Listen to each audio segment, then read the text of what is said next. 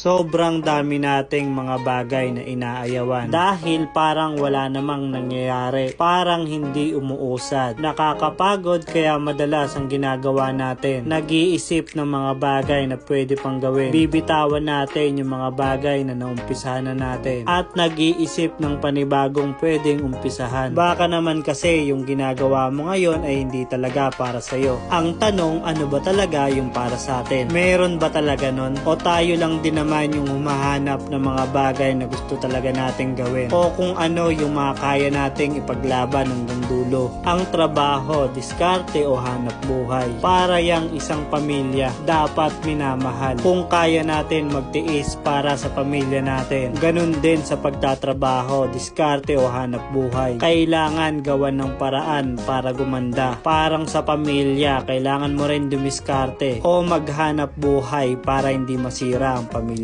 mo. Ganon din sa mga plano mo sa buhay o mga gusto mong gawin. Kailangan mong gawan ng paraan, diskartehan para mabuo. Para nang sa ganon hindi basta-basta masisira. Dahil kapag nagpabaya ka o huminto ka o tinamad ka sa ginagawa mo, parang pamilya, pwedeng masira o mawala sa'yo. At kapag naghanap ka na naman ng panibagong trabaho, diskarte o hanap buhay, panibagong kapana naman kung paano gagawin, panibagong adjust o pakikisama na naman. Alam mo ba yung trabaho mo ngayon o diskarte mong ginagawa o hanap buhay? Pinapangarap yan ng karamihan. Tapos ikaw gusto mo nang bitawan. Alam mo kapag nahanap mo yung mga bagay na gusto mong gawin, galingan mo dyan. Pag sumikapan mo na magawan mo ng paraan para nandyan ka pa rin. Kung matagal ka na dyan sa ginagawa mo, sanay ka na dyan at alam mo na kung ano yung pwede mong gawin dyan. Marami ka nang pinag-aralan dyan. Naglaan ka na dyan ng oras at panahon. Kaya wag mo basta-basta bitawan yung mga bagay na naumpisahan mo na. Oo, siguro, pwedeng hindi para sa'yo yan. Ang tanong, pinaglaban mo ba talaga yan? Madali lang bitawan yung mga bagay na naumpisahan na natin. Kahit pinagugulan pa natin yan ng oras at panahon. Dahil minsan feeling natin parang wala namang nangyayari. At mas lalong humihirap pa. Kung sakaling magpalit man tayo ng mga bagay na pwede natin gawin ulit, sobrang laking katanungan kung gagana ba yun. Madaling bitawan yung mga bagay na nandyan at mga nakasanayan na natin. Pero kapag gumawa na naman tayo ng bago o bagong trabaho na naman yung gagawin natin, pag-aaralan at didiskartehan o iintindihin natin kung paano gagawin natin. Kung kaya natin gawin yung mga bagay na yun, bakit hindi muna natin gawan ng paraan yung mga bagay na nakasanayan at alam na natin gawin? Kung kaya natin na magtiis sa bagong gagawin natin na wala naman kasiguruduhan, bakit hindi muna natin gawan ng paraan o magtiis muna tayo sa mga bagay na naumpisa na natin at hantayin na gumana? Kung gusto talaga natin yung isang bagay na yun, kailangan talagang pag-isipan kung ano yung mga bagay na pwedeng gawin. Mas palalimin pa yung mga bagay na naiisip natin at imbis na magreklamo sa problema, gumawa ng paraan para masolusyonan. Lahat ng problema ay may solusyon. Hindi lahat ng pagbitaw yung tamang desisyon. Walang isang bagay o pangyayari na lalaki kapag binitawan mo na. Dahil ang pagbitaw ay sign ng paghinto at ang lahat ng huminto ay hindi nagwawagi. Hindi masamang mag-switch kung di mo naman talaga gusto yung ginagawa mo. Pero kung gusto mo yung ginagawa mo, gumawa ka ng paraan. At kung paano mo gagawin yun, nasa sayo lang naman yung kasagutan at kailangan mo lang kilusan.